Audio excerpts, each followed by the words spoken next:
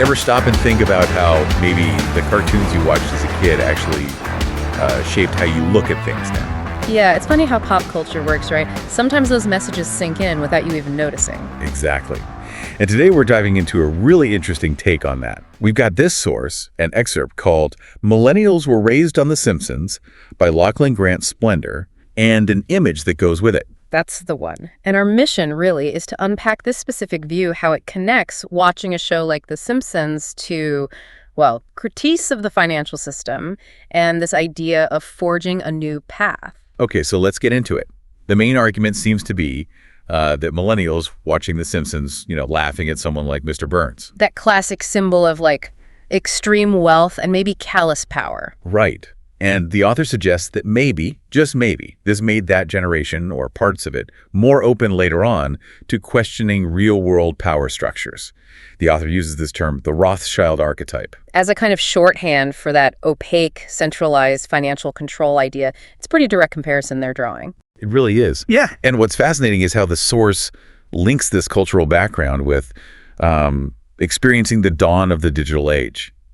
Remembering life before smartphones, but adapting super quickly. Right. It frames it as giving some millennials this unique perspective. The author argues that some people really paid attention during that transition and sort of prepared themselves. Prepared for what exactly, according to the source? Prepared, it seems, for what the author sees as the, quote, legacy financial system crumbling.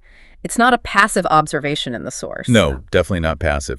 It sounds like a call to action, almost. Yeah. The author explicitly says the goal isn't to prop up that old system, the Mr. Burns world. But to build something better. That phrase really stands out. It does. So how does the author suggest doing that? What does building something better look like in this context? Well, the source mentions a few specific things the author supports.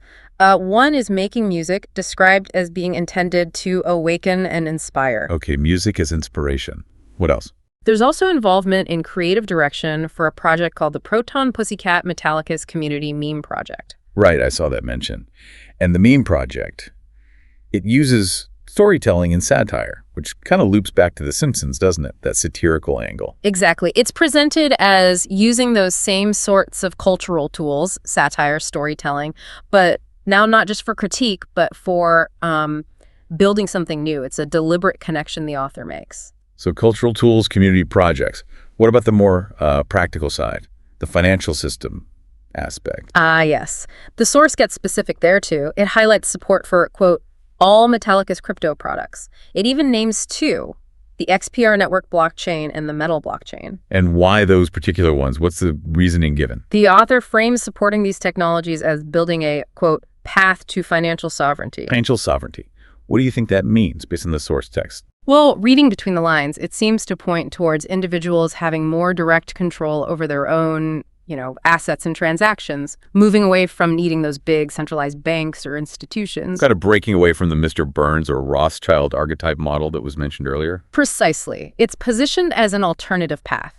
And that image we have, the celebrating daily Proton Pussy XPR Life one, it seems designed to visually tie that community meme project feeling directly to these specific crypto tools. Got it. So it connects the community, the satire, and the tech. Yeah, and the author sums it all up pretty intensely. It's described not just as a practical shift, but as a revelation, a conscious move toward the light. Strong words.